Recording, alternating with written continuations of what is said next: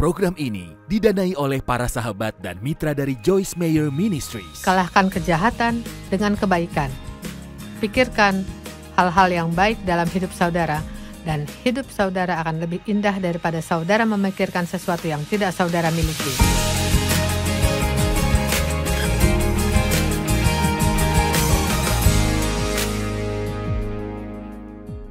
Saya senang saudara bergabung di Menikmati Hidup setiap hari. Dan saya percaya saya akan memberikan sesuatu yang akan mengubahkan hidup saudara sekalian.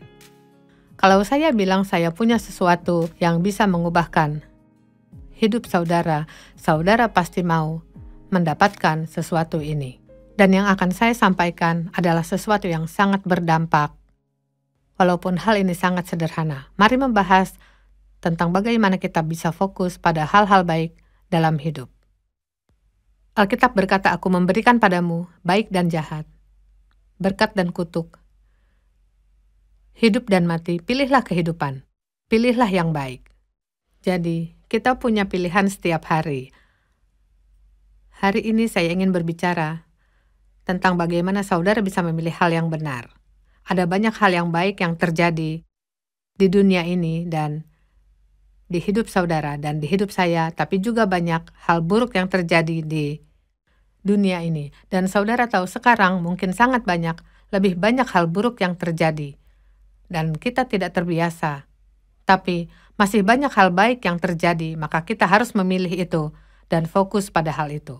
Ketika kita berkumpul dengan teman-teman kita harus fokus membahas hal baik dalam hidup kita, daripada hanya membahas permasalahan hidup kita. Maksudnya, bukan kita mengabaikan masalah, tapi jangan fokus pada masalah.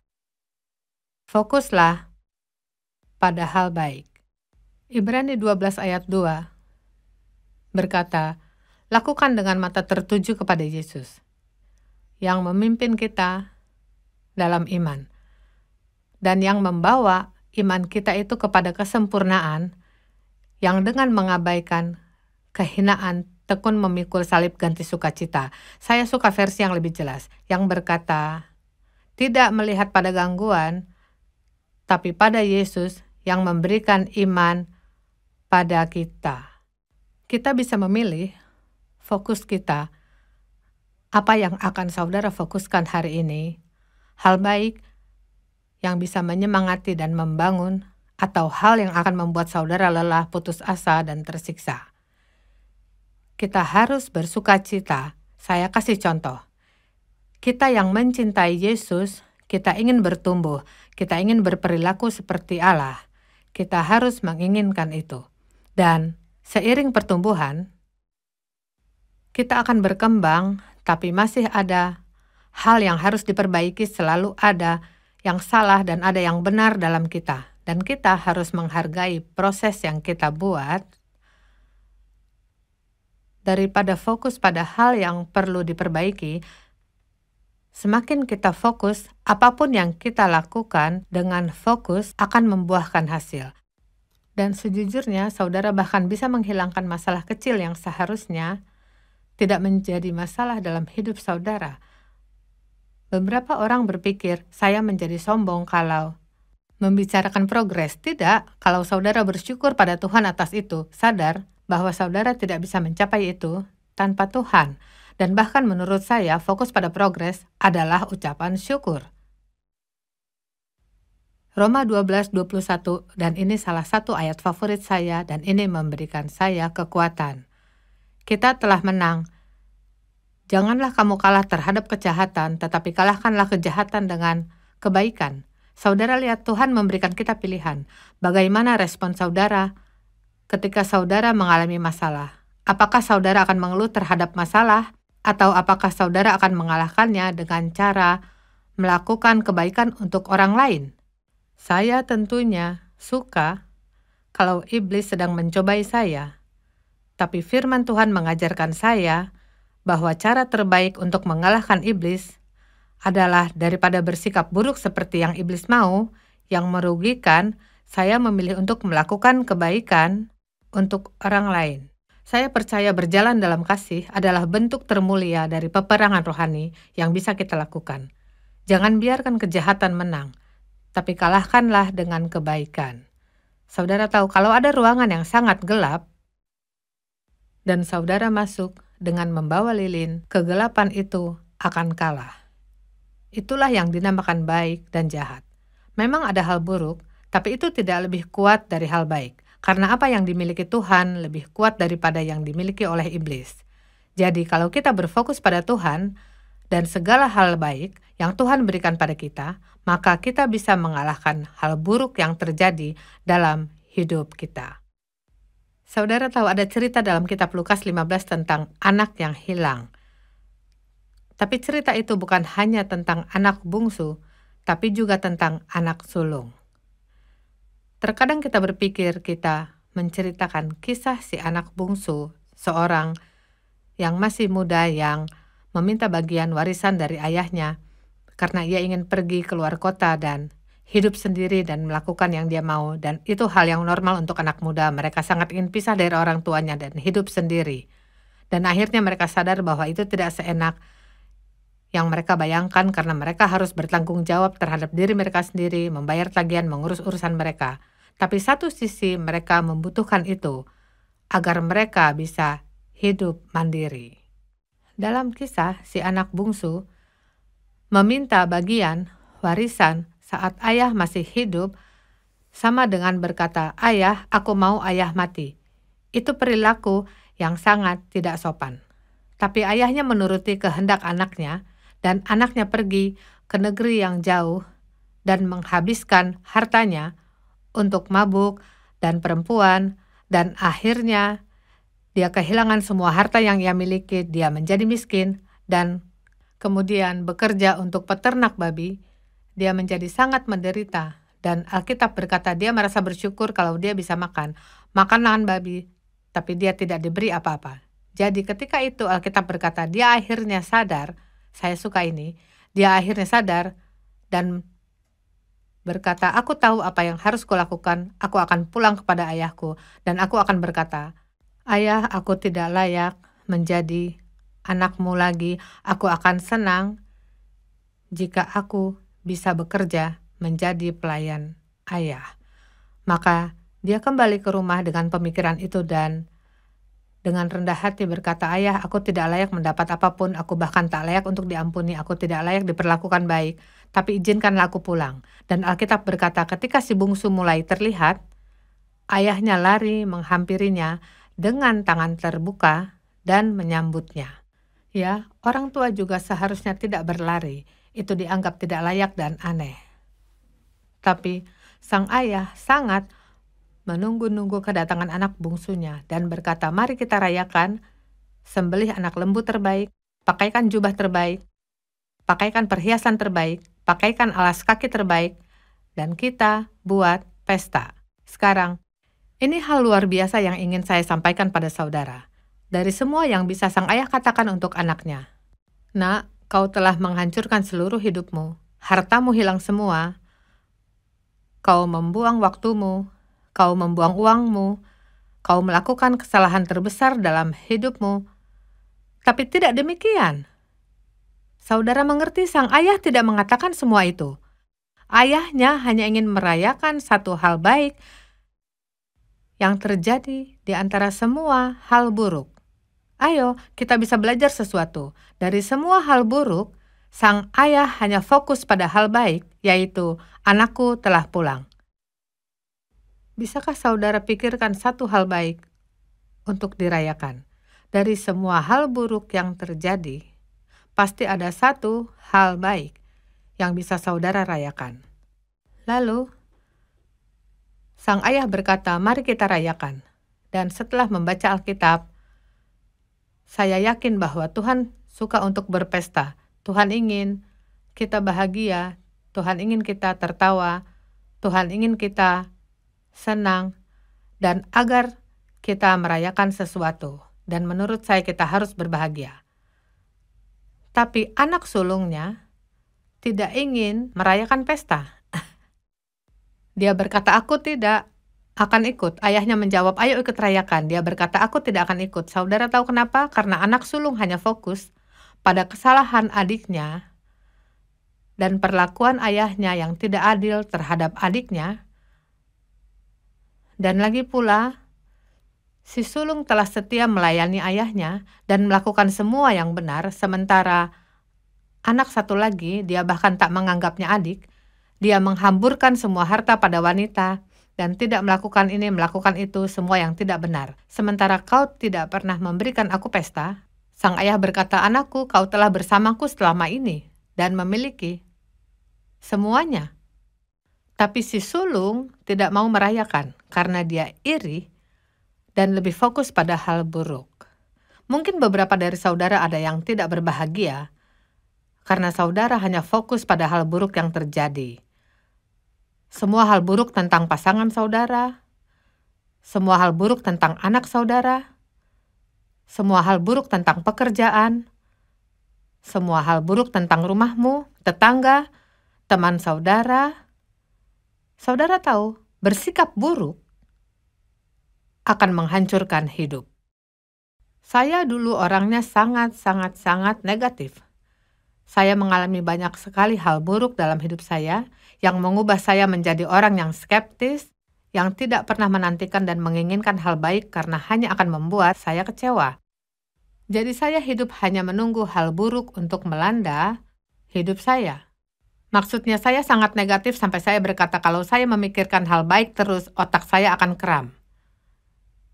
Saya sedang menggambarkan seberapa buruknya keadaan saya dan sekarang saya sudah berubah sehingga tidak mau berhubungan dengan hal buruk. Saya tidak suka berada dekat orang negatif, tapi bukan berarti saya tidak peduli dan beranggapan bahwa tidak ada masalah dalam hidup saya atau saudara atau di dunia. Itu adalah pekerjaan saya membantu orang menghadapi masalahnya sesuai dengan kata Alkitab. Dan yang saya ajarkan hari ini adalah cara terbaik untuk menghadapi masalah, temukan hal baik dan hal positif, dan fokus pada hal itu. Pikirkanlah hal itu, bicarakan hal itu, renungkan hal itu, jadikanlah pusat kehidupan saudara. Saudara tahu dalam Alkitab, Tuhan tidak menyarankan, Tuhan menyuruh kita merayakan. Mujizat pertama yang Yesus lakukan adalah menyediakan kira-kira 250 botol anggur yang bagus untuk pesta. Maaf, saya harus renungkan hal itu dan tetap mengejutkan saya. Dari semua hal yang bisa ia lakukan, ia memilih untuk membuat pesta itu lebih bagus. Yohanes 10:10 berkata, pencuri datang untuk mencuri, membunuh, membinasakan. Kata Yesus, aku datang supaya mereka mempunyai hidup dan mempunyainya dalam segala kelimpahan. Tuhan ingin kita hidup bahagia. Tapi kalau saudara menunggu masalah hilang untuk bersukacita, maka saudara tak akan bersukacita. Bacalah kisah sukacita dalam Alkitab. Tuhan menyuruh bangsa Israel untuk berpesta. Ada yang seharian penuh, ada yang 7 hari. Kebanyakan selama 7 hari. Paskah adalah perayaan untuk mengingat bagaimana Tuhan menyelamatkan kaumnya dari malaikat maut saat Firaun membunuh semua anak sulung sebagai penghakiman. Mereka merayakannya. Itu waktu untuk mengingat. Bagaimana kalau saudara mengadakan pesta tiap tahun untuk merayakan hari pembaptisan saudara, hari di mana dosa saudara diampuni dan menerima kasih Tuhan. Wow, itu keren sekali. Saudara tahu, hari Sabat adalah perayaan pertama pada hari ke-7 saat Allah selesai mencipta. Allah menciptakan dunia pada hari ke-6 dan hari ke-7 ia beristirahat dan melihat semuanya dan berkata, semuanya baik. Apakah saudara menikmati semua pemberian Tuhan di hidup saudara? Seberapa keras saudara bekerja untuk hal dalam rumah saudara? Mungkin pajangan di lemari saudara, atau barang bagus yang saudara terima, atau perabotan rumah yang cantik, dan apakah hidup saudara berjalan begitu cepat? saudara bahkan tidak sadar akan apa yang saudara miliki sebagai berkat Tuhan dan fokus hanya pada masalah.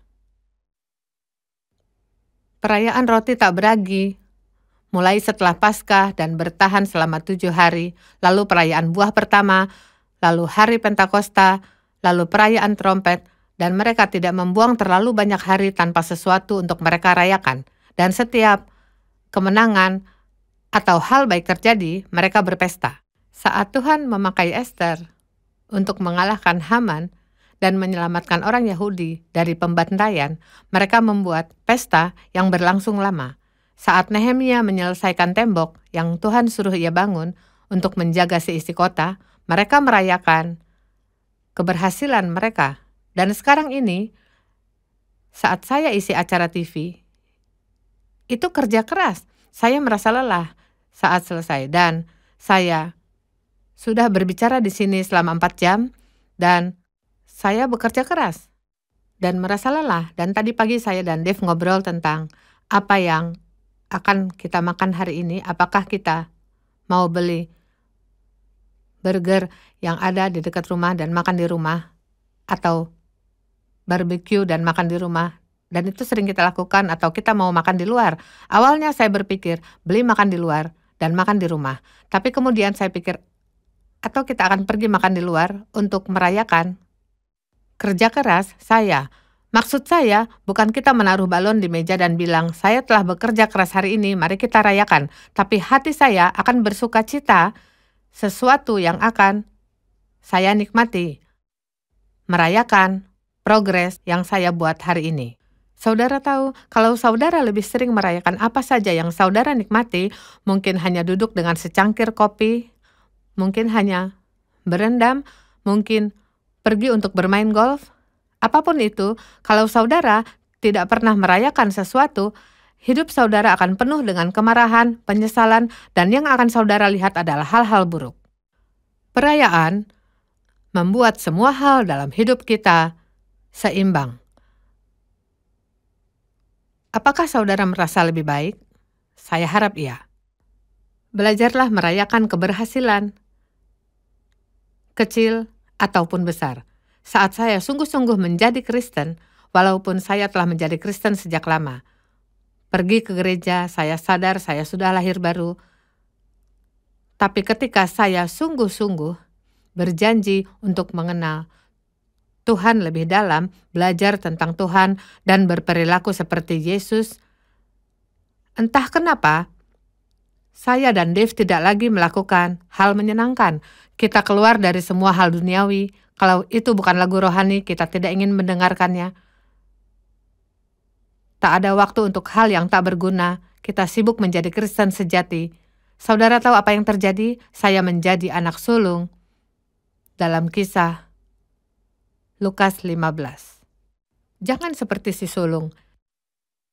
Jangan menjadi orang yang tidak pernah merayakan apapun, yang tidak pernah bahagia, yang selalu melihat hal buruk. Saya suka ketika Yesus memanggil ke-12 muridnya dan berbicara pada mereka. Ia tidak memanggil mereka sekaligus, tapi ia mengajak muridnya untuk berpesta dengannya. Ya, saya tahu mereka tidak hanya berjalan-jalan di satu kota dan mampir ke pesta tiap waktu, tapi menurut saya itu menarik yang mereka lakukan. Yesus bermaksud mengajak mereka mengikutinya, tapi saudara tahu, saya rasa, ini hanya perasaan saya, tapi saya rasa Yesus dan murid-muridnya bepergian, dan saya rasa mereka sangat bersuka cita. Saya rasa Yesus memiliki selera humor, mereka bisa tertawa bersama, mereka cerita hal lucu bersama, mentertawakan kebodohan mereka seperti yang kita lakukan. Beberapa dari saudara, lihat saya, karena Tuhan sedang berbicara kepada seseorang di sini, di antara saudara ada yang terlalu serius. Asisten saya berkata saat suaminya menjadi Kristen sejati, mereka berhenti melakukan sesuatu yang menyenangkan. Suatu kali aku bertanya padanya, apakah kau akan membuatku tertawa lagi? Dan itu menegur dia, karena sebelumnya dia adalah orang yang lucu dan selalu membuat istrinya tertawa. Tapi kita bisa menjadi serius, sedih melihat semua hal yang membuat orang Kristen dianggap membosankan oleh orang-orang. Bagaimana dengan hari ulang tahun? Saudara tahu, orang-orang sering mengatakan ini. Mereka bilang, apa yang kau lakukan untuk ulang tahunmu? Tidak ada, hari ulang tahun saya tidak ada artinya lagi. Tapi saudara tahu, kalau kita merayakannya untuk anak umur 1 tahun, kami baru saja merayakan hari ulang tahun pertama cucu kami. Kami beli kue, dan hadiah, dan balon, dan muka dia berlumur dengan kue, dan saudara tahu, kami melakukannya dengan sepenuh hati. Dia menangis saat membuka semua hadiahnya yang dia bahkan tidak tahu apa kegunaannya. Dia bermain dengan kakaknya lebih sering. Sementara dia baru berumur 1 tahun. Jadi, apa yang harus kita lakukan saat kita berumur 50? Menurut saya, saat kita berumur 50, kita harus merayakannya selama 1 minggu penuh. Dan maksud saya bukan mengadakan pesta di rumah penuh orang dan hanya pesta. Maksud saya, saudara meluangkan waktu untuk melakukan hal yang menyenangkan. Karena setiap tahun adalah sebuah mujizat. Dalam 1 tahun, jantung kita berdetak kira-kira 38 juta kali. Mengalirkan darah sebanyak 525.600 kali melewati 24 sampai 48.000 mil ke seluruh tubuh kita, tergantung ukuran tubuh saudara. Saudara tahu apa yang dibutuhkan tubuh kita untuk beroperasi dalam 1 hari?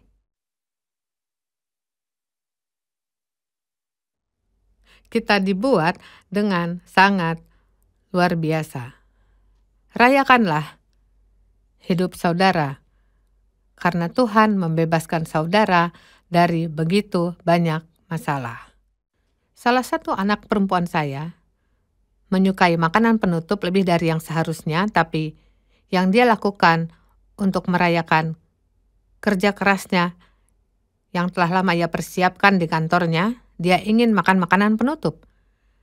Saya suka merayakan kerja keras saya suka pergi ke restoran Itali favorit saya dan makan pasta. Karena saya suka pasta, saya tidak boleh memakannya terlalu sering.